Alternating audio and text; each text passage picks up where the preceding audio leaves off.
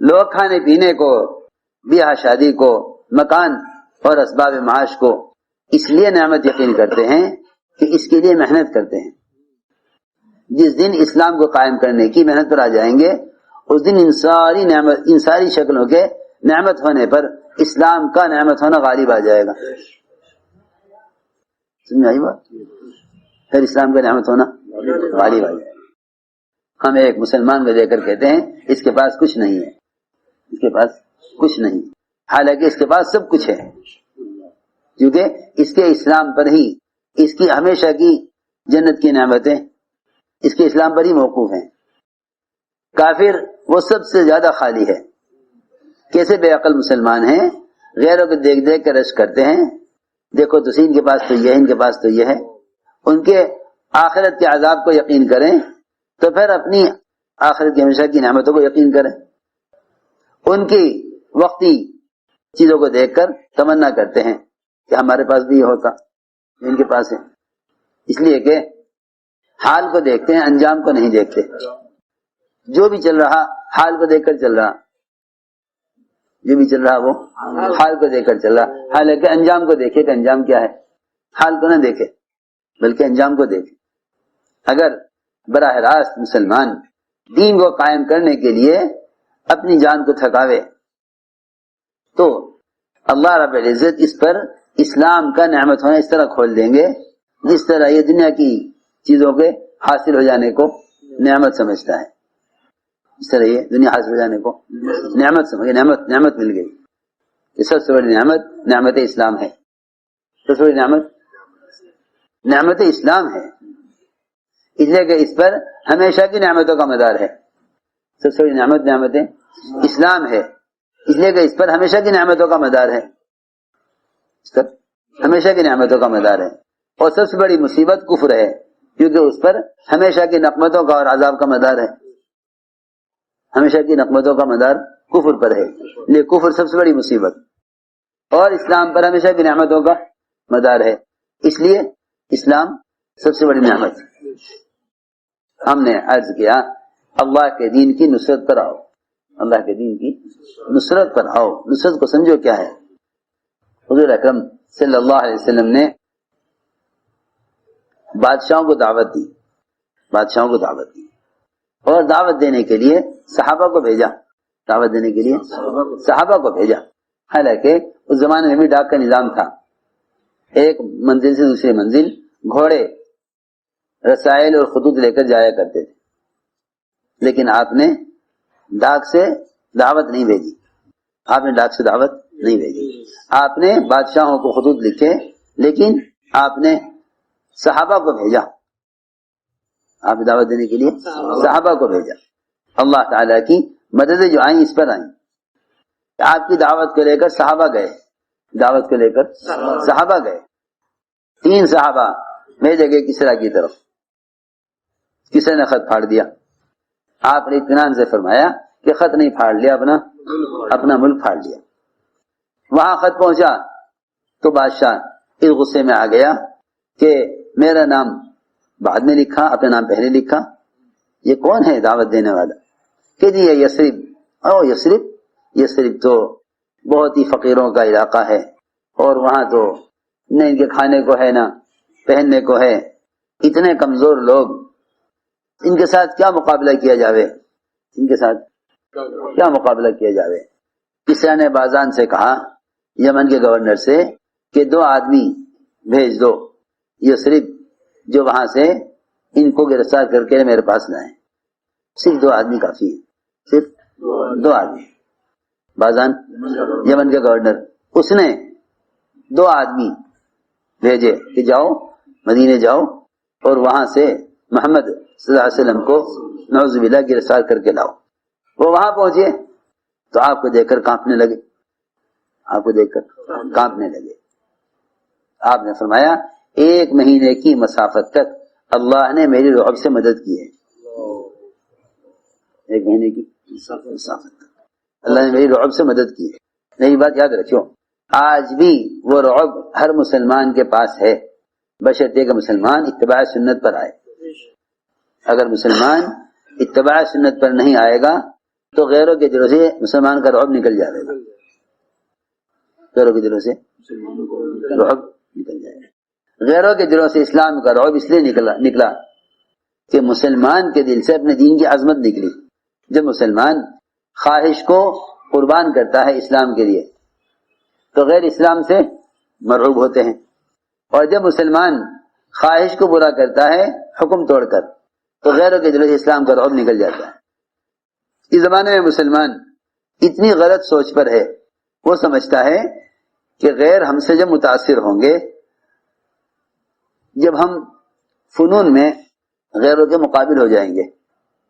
میری بات بہت توجہ چاہے گی، اس زمانے کے مسلمانوں کی سب سے بڑی بے عقلی ہے یہ کہ غیروں کے فنون سیکھو تاکہ پھر ہم ان کو اپنے فنون سے متاثر کریں۔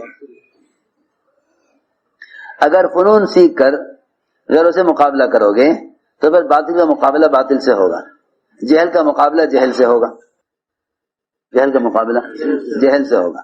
یہ اس زمانے کے نیا ذہن رکھنے والے مسلمانوں کی انتہائی غلط سوچ ہے، انتہائی غلط سوچ ہے۔ بڑے بڑے پڑھے لکھے سمجھدار ذی علم وہ یہ ذہن رکھتے ہیں کہ تم غیروں سے کے فنون حاصل کرو، اس میں کمال پیدا کرو، پھر جب تم ان کے سامنے جاؤ گے تو تم سے متاثر ہوں گے۔ بالکل غلط خیال ہے، یہ صحابہ کی سیرت اور محمد صلی اللہ علیہ وسلم کی سیرت کے خلاف ہے۔ یہ سوچ آپ کی سیرت کے خلاف ہے، یہ سوچ آپ کی سیرت کے بالکل خلاف ہے۔ تم سارا اٹھا کے دیکھ لو صحابہ کی سیرت کو۔ عبدالرحمن بن عوف رضی اللہ تعالیٰ نے کہا، امین آپ ملک شام آئے ہیں، یہاں کی بڑی بڑی فوجیں آپ کا استقبال کر رہی ہیں، آپ کپڑا کرتا بدل دیجئے، 12 پیوند میں دیکھ رہا ہوں آپ بھی کرتے میں لگے ہوئے ہیں، یہ موقع ذرا اچھے کپڑے پہننے کا ہے تاکہ یہاں کے لوگ آپ سے متاثر ہوں۔ اے عبدالرحمن، اگر کرتا بدلنے کا مشورہ تیرے علاوہ کوئی اور دیتا تو میں سوچتا بیچارہ تبلیغ میں نیا آدمی ہے، نئے نئے لوگ ایسی ایسی باتیں کرتے ہیں، مگر تیرا سے ایسا پرانا آدمی کرتا بدلنے کو کہہ رہا، مجھے اس پر تعجب ہے۔ امینین بس ہمیں شرم آئے گی، لوگ کہیں گے لو بھئی ان کے امیر ہیں، اتنے پیون لگے ہوئے کرتوں میں۔ جب زیادہ اصرار کیا تو عمر رضی اللہ عنہ نے کرتا بدل دیا، پہنتے ہی اتار دیا، پہنتے ہی اتار دیا کہ نہیں جلدی واپس لے لو، میرا وہی کرتا دے دو، مجھے اس کرتے کے بدلتے ہی اپنے دل کی کیفیت بدلتی محسوس ہو گئی، مجھے میرا وہی کرتا دے دو، مجھے وہی کرتا دے دو۔ پھر کہا شاہ مومنین ایک درخواست کو قبول کر لیں، ایک درخواست کو قبول کر لیں، وہ یہ ہے کہ آپ اپنی سواری چھوڑ کر یہاں کا جو قیمتی ترکی گھوڑے ہیں ان پر آپ سوار ہو جائیں، یہ تم اس کی بات مان لیں۔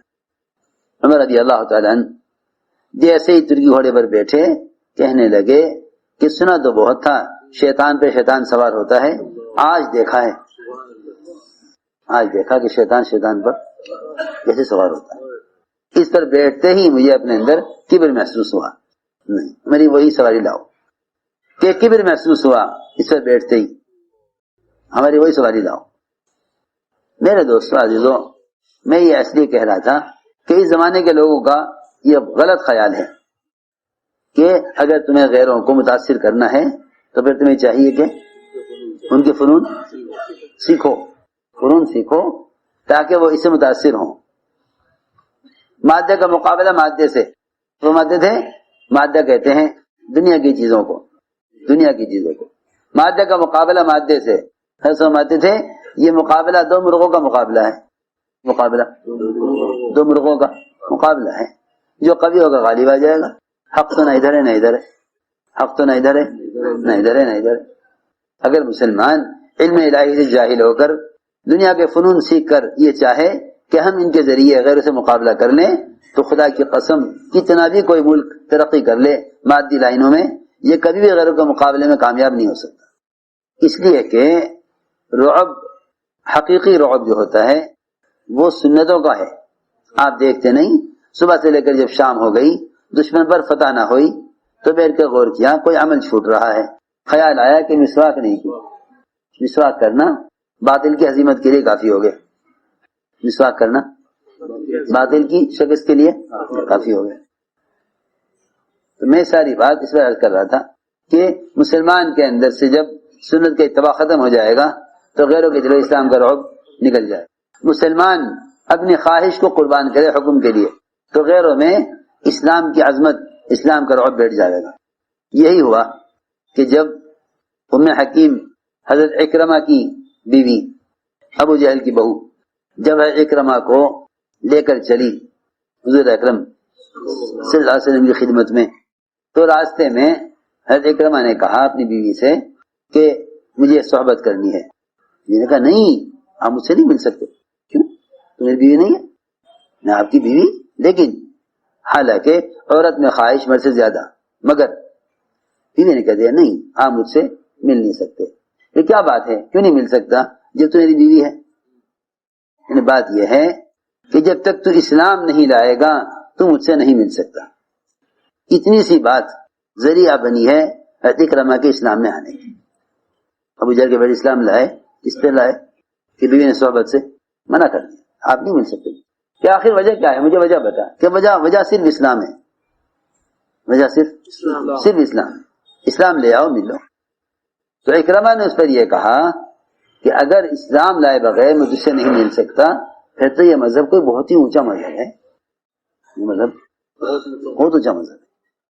تو اکرمہ نے اس پر یہ کہا کہ اگر اسلام لائے بغیر میں تجھ سے نہیں مل سکتا پھر تو یہ مذہب کوئی بہت ہی اونچا مذہب ہے.